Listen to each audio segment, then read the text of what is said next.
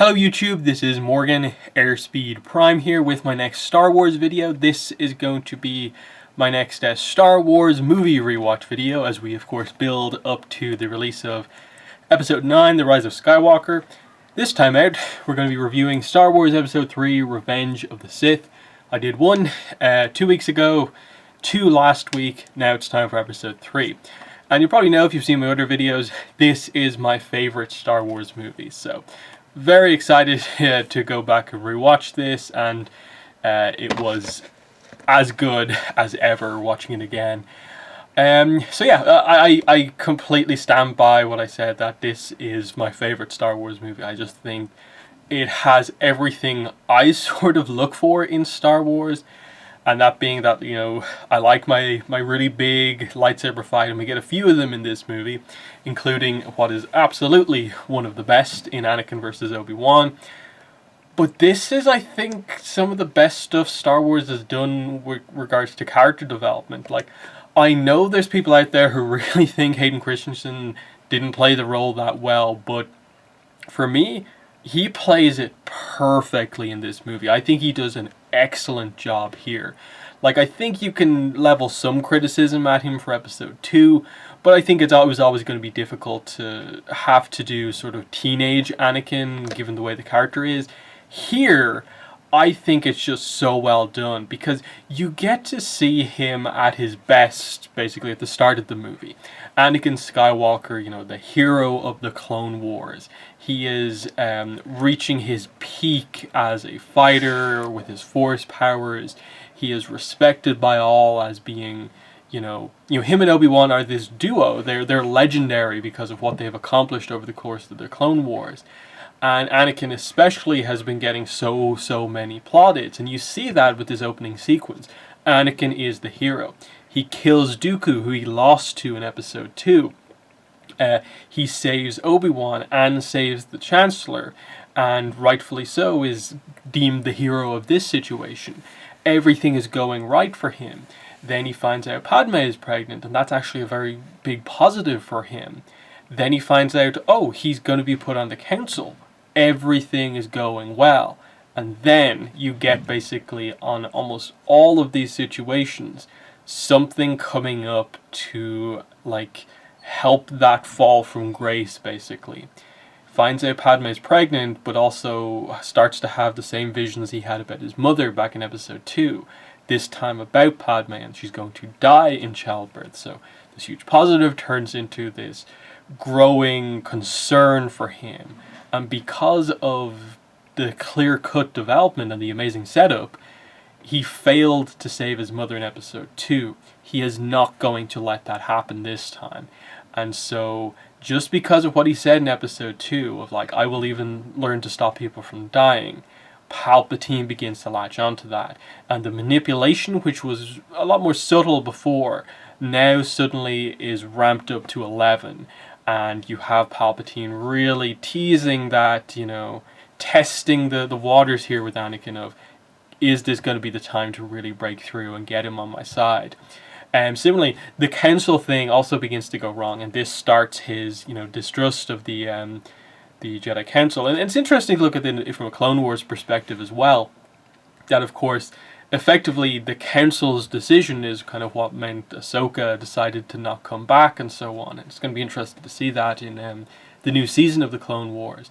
So, you know, he already has his issues with the Council, but now he's put on the Council, they accept it, but they don't give him the rank of Master, and he does not like that. And he feels like he's sort of being almost like played with by them. He's being insulted by being allowed to be on the Council, but different than everyone else. And, you know, he has his kind of arguments with Obi-Wan as well. And you think he's got back on track, because as Obi-Wan is ultimately sent out to take out Grievous, even though Palpatine used that as a manipulation as well, like telling him beforehand, I think it should be you. I'll tell you first where this information came from, and I think it should be you. And then they immediately decide, no, we'll decide. Mace Windu primarily. Obi-Wan should go. And ultimately, it's the right decision. Obi-Wan is the best suited in terms of his skills to take out Grievous because he's fought him multiple times before.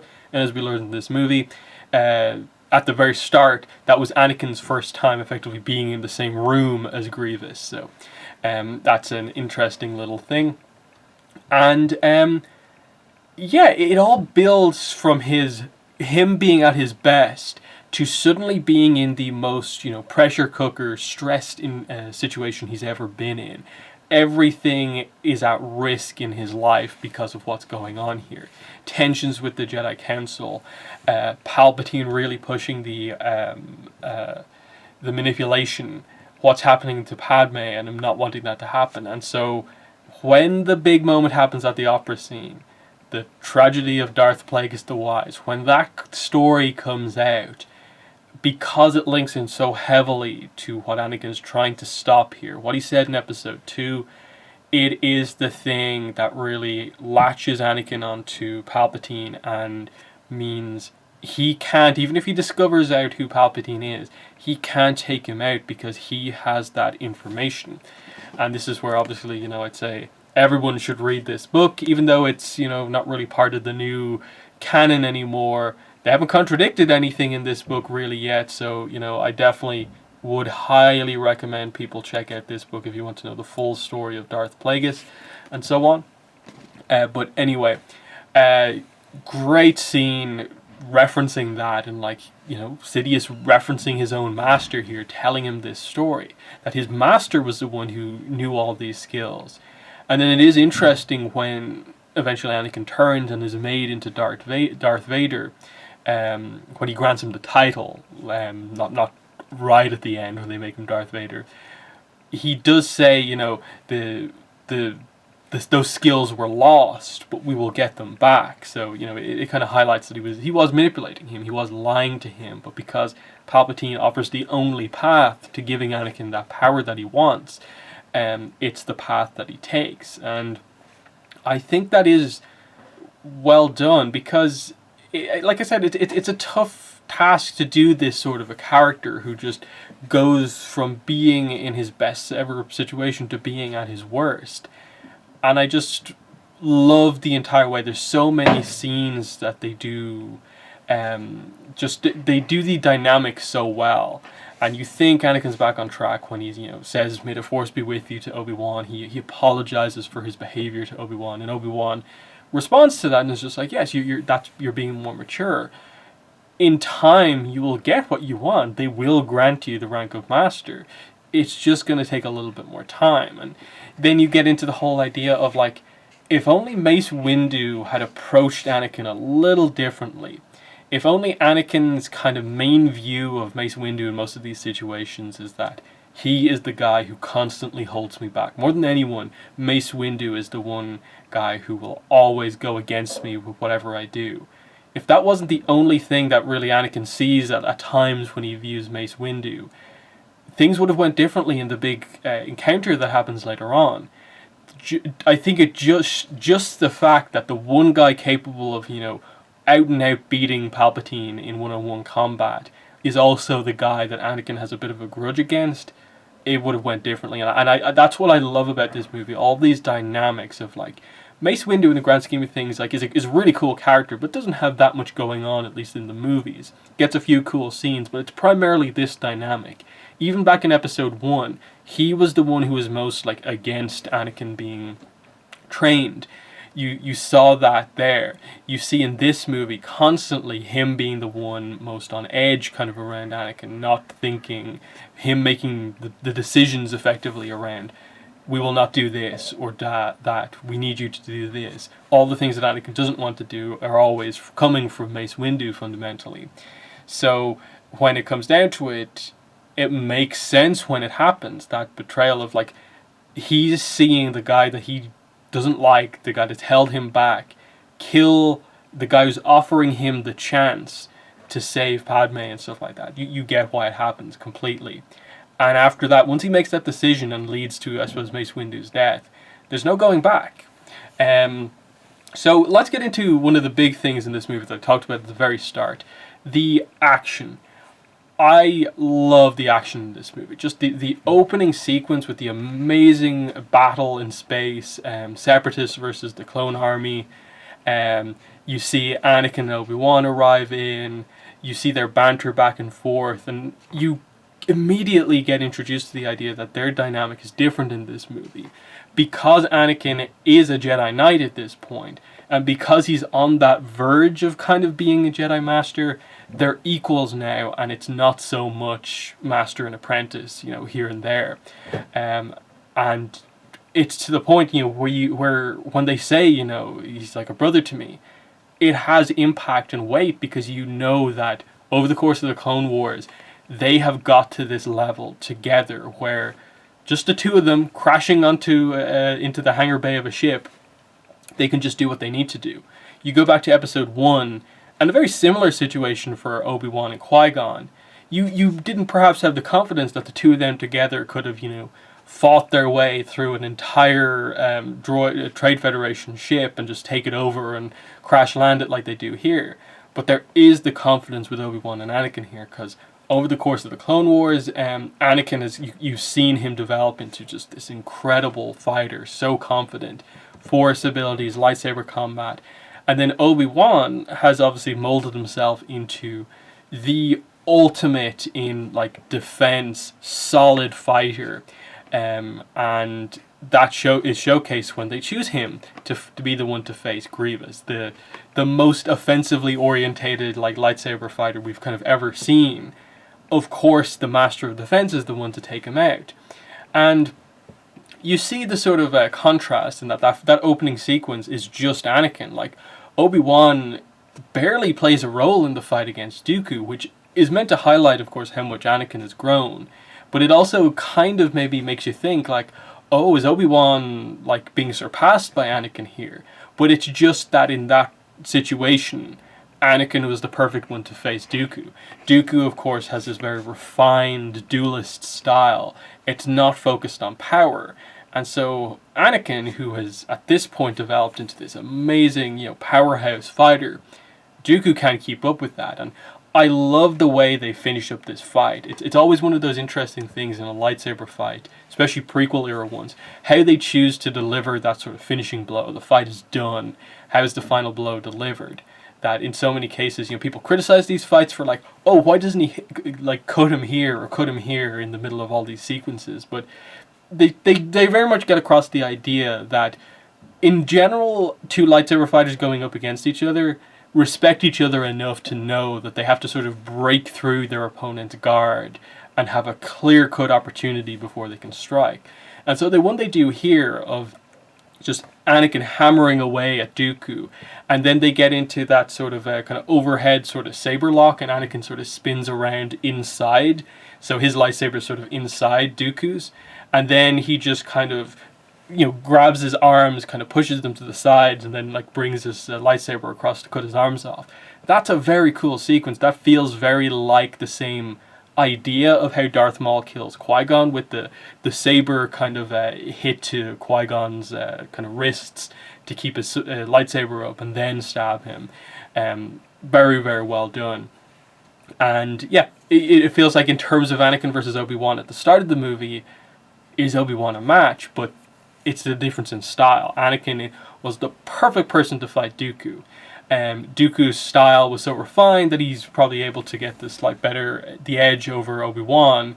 But Obi-Wan's style is actually an excellent match for Anakin. And you obviously we move on and we get Grievous versus Obi-Wan, and we see that at play.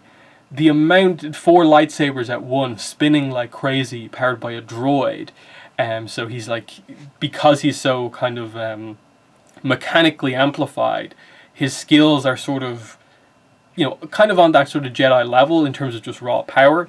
And so the fact that Obi-Wan is just able to effortlessly block all of those blows and then get inside Grievous's guard and just with subtle changes of his lightsaber just kind of cut his hand off here, cut his hands off there, it's clear Obi-Wan had the clear advantage over Grievous here. And he probably, you'd have to say, Anakin probably would beat Grievous, but it would be, I think, a tougher fight than Obi-Wan had, because he was able to just invite Grievous onto him and basically, use Grievous's over-aggression to just, slice him apart. But I do like that how that fight ultimately comes to an end is in a different way. Of course, and most of the high-level Jedi would be able to defeat Grievous if Grievous didn't run away constantly. But I like here how they don't just have it be, oh, he beats him in lightsaber combat and kills him.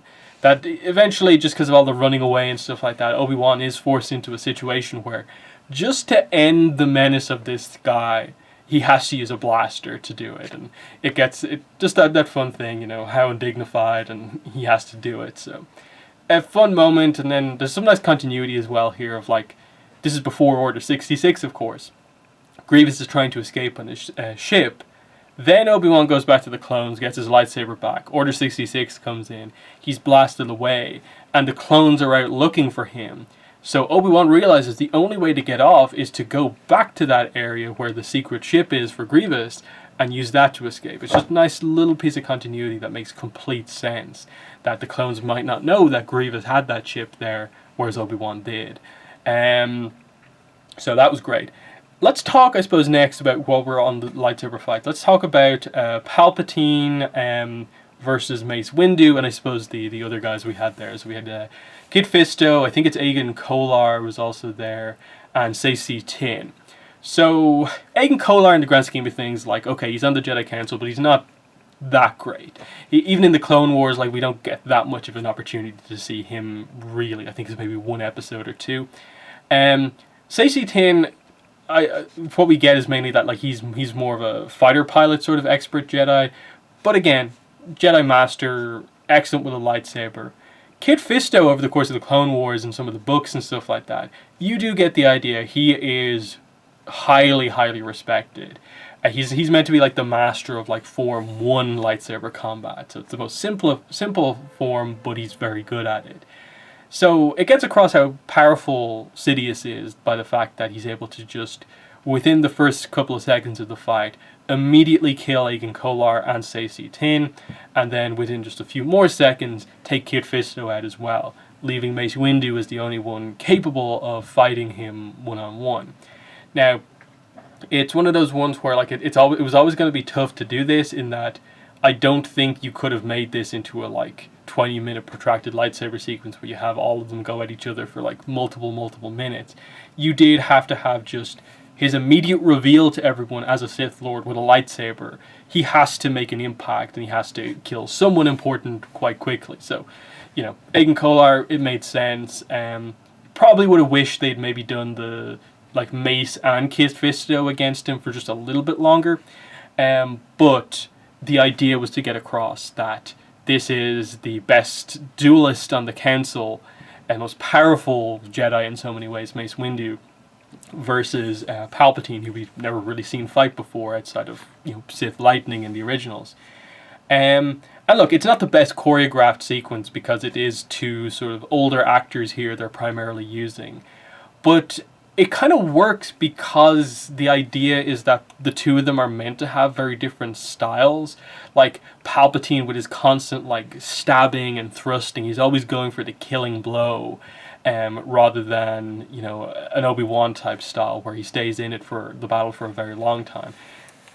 Palpatine wants to end it quick and is ultimately more focused on his Force abilities, whereas Mace Windu has that style where it's aggressive, it's powerful, it's as close as a Jedi lightsaber form comes to being dark side, and he can go for as long as he needs to in that sense. So, they get across the idea of his style. It's like Form 7 Vapad is meant to be the perfect counter to a dark side user, in that it basically sort of channels darkness into yourself and sort of reflects it back, so it constantly gets more powerful as you go on. Again, it's hard to explain that sort of battle dynamic in live action, and where you don't have like a novel to say that, but I think it gets across the idea of like, especially with the Force lightning scene where the lightsaber is reflecting it back on him, that someone like Mace Windu was one of the only ones who could do this. And yeah, like I said before, it's just the fact that one of the more fractured relationships among the Jedi is Mace Windu and Anakin is what leads to this ending pretty poorly. But great moment. You know, the unlimited power moment, I love it. And just in general, like, Palpatine Sidious throughout this entire movie is, I think, wonderful performance by Ian McDiarmid. Because it is over the top. It's so at times bordering on the side of silly, but I think it's just exactly what you need from your villain to be borderline theatrical like this. Like, especially the Emperor, especially when he is still Palpatine. That is an aspect of Palpatine's character. And bringing people to the opera, you know, the way he tells the Darth Plagueis story to Anakin, and then how over the top it is in the immediate, you know, I'm Darth Sidious with the whole unlimited power stuff. Even later on in the movie, when like he's giving the speeches about, you know, the new galactic empire, now we shall have peace. The way he goes about saying it just gets across the gravitas of the situation, which, again, I think it's one of those great moments where, you know, a lot of people complain about the prequels and they're, you know, how political they are. There's too many scenes in the Senate. The reason there's even some scenes in the Senate, and I disagree that there are like too many, I think there's just as much as they need to do to get across this amazing scene here, which is the formation of the Empire. You had to have set up across the first two movies to get to this point. Him being elected Supreme Chancellor in Episode 1, being given the emergency powers that borderline make him the Emperor before he actually has an empire, keeping it, using what he does to the Jedi to make them out to be the traitors, to justify forming the Republic into an empire as the war comes into an end, to stabilize things. I'll be the Emperor, solidifying his power. It's the perfect political play, and he uses the fact that he gets injured by Mace Windu, of course, to his advantage. So well done. And it all leads to, right at the end of the movie, of course, our big two showdowns, Yoda versus Palpatine and Anakin versus Obi-Wan. So we'll talk about Yoda Palpatine first, because it is an interesting one in that Yoda fails. And I think that is a big thing of like going into this movie. Yoda is the head of the Jedi Council. He is the strongest in the Force and amazing lightsaber fighter. Like, he just fails here. And the thing is, he's not like defeated necessarily in lightsaber combat. It's more of like Palpatine uses the environment that they're in to his advantage, and you know, Yoda takes the wrong fall, but because he falls so far, Palpatine has gotten away. And that's the thing. Yoda had to take Palpatine out then and there. Palpatine, it didn't really matter if he takes Yoda out, because he just has to get away, get back into the public, get his guards in play, and Yoda's kind of out of the fight. And so just the fact that they have that big kind of finishing moment of Yoda blocking the lightning, the explosion happens, and Yoda takes more of the impact and so falls as far as possible. Palpatine doesn't really fall that much at all. You know, it was clear that it was a somewhat even fight in terms of just blade to blade. It was completely kind of even, and force power to force power, again, it was even. It just came down to, you know, the situation that they were in. You know, if this was a more isolated area, there wasn't such a big, you know, height differential and stuff like that, it could have went differently. But Yoda's forced into exile after his failure here. And it's an interesting, you know, decision to make it like that, in that Yoda previously to Obi-Wan says, you know, you're not powerful enough to face the Emperor, I have to do it. And then we get into Obi-Wan Anakin, which is just amazing from start to finish.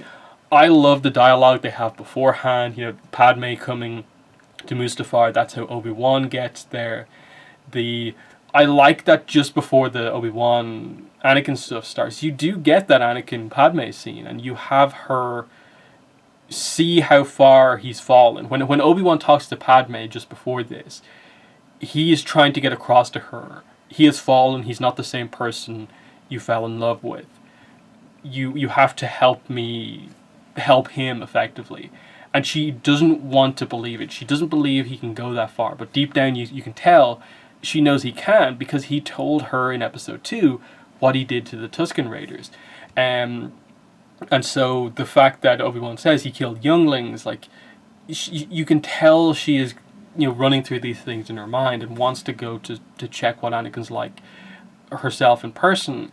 And when she sees he's all about Empire, Palpatine will be in charge, I can overthrow him, he's just lost in this ambition of, like, what he's done to get to a point where he can potentially have the power to save Padme has lost him Padme. And that's the big thing in all of this, of, like, eventually Anakin goes so dark that he's so angry that he attacks Padme. And obviously we know that, like, it's not technically Anakin who killed Padme, and it's just kind of Palpatine who, manipulates that to, again, get him on side. But it is still a dark moment, and it makes it all the more tragic when later on Padme gives birth to Luke and Leia. She names them, and her final words are just, Obi-Wan, I know there's still good in him. Setting up the original trilogy, setting up basically what Luke ultimately tries to do with his father in the original. So I think that was very well done for Padme to, despite what she saw in the scene on Mustafar, to in the end still note that there is still something left in him, that, he is the chosen one. That they come back to that a few times in this movie. Like, is he or is he not? Did we misread it? But sort of Padme saying that kind of is kind of meant to, last moment for her, confirm that, she is the chosen one. So he is the chosen one. So I did like that. And then, yeah, the build up to Obi-Wan Anakin is so great. Because you got how close they are as friends from the opening sequence together, the banter between them back and forth on Grievous's flagship. Then, a little bit of an argument, disagreement in the middle of the movie, but then ultimately Anakin apologizing, but Obi-Wan having faith in Anakin. It builds to this of, like, Obi-Wan, like Padme, didn't think Anakin was capable of falling like this, but he knows it does ultimately fall to him as his master to be the one to stop him. And this is where the story of the fight comes in, of, like, it's offense versus defense. Anakin is on offense for almost the entirety of this fight. Obi-Wan is on defense and just gives ground every opportunity. Obi-Wan just retreats through Mustafar to eventually get to a situation where he's basically, at the end says, we are now in a situation where the way the environment is, if you try to attack from here, you've lost. What happens will happen. And he offers Anakin that chance to basically just, surrender here or be killed. Because Obi-Wan doesn't really want to kill Anakin in this fight.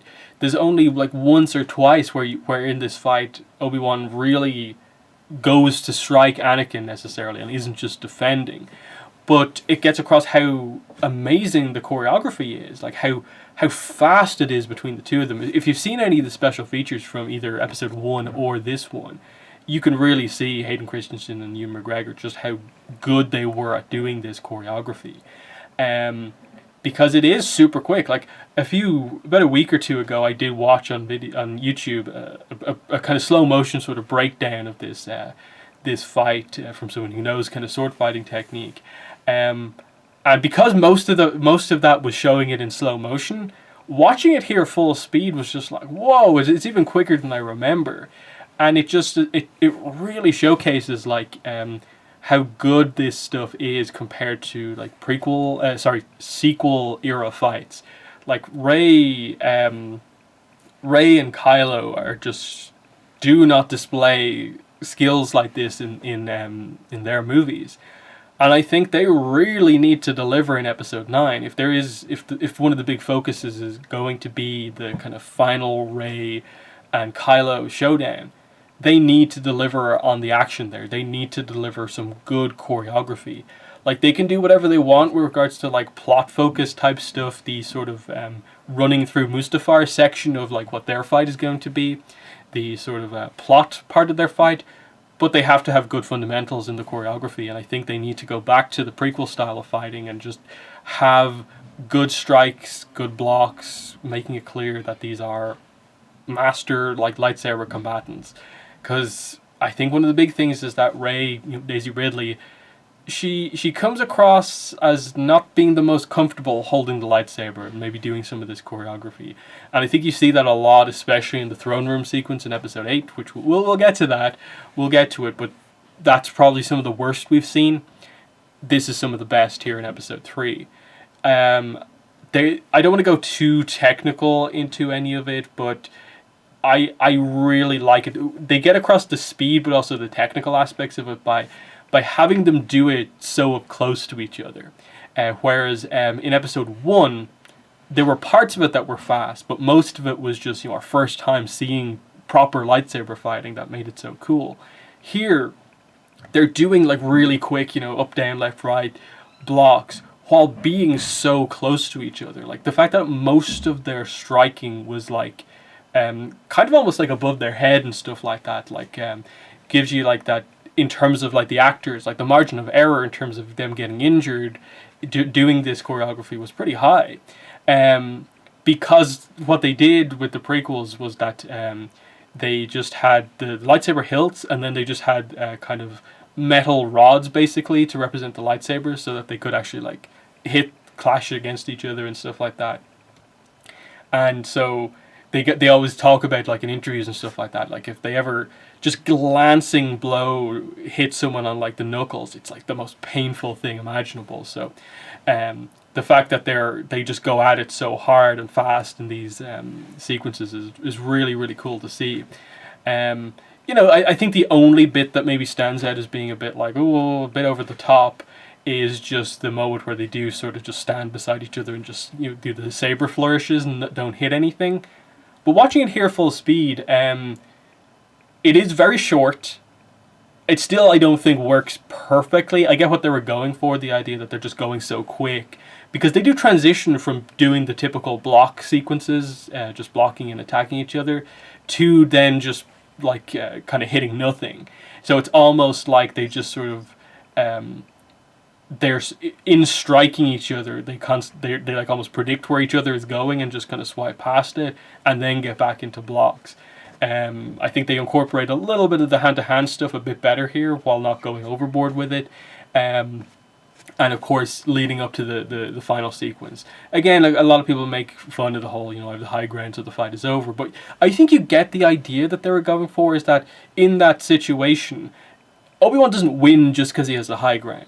He wins because he has created enough of a gap between himself and Anakin that all Anakin can do is jump from his platform onto the bank and have to either, make his way up and climb with Anakin with the lava at his back, or try to jump over Obi-Wan and take him by surprise and get the advantage. And so the idea is just that Anakin is in a situation where he's either like stuck and has to stay where he is and have Obi-Wan come to him, which Obi-Wan's not going to do, or take a huge risk and fly in at Obi-Wan like he does.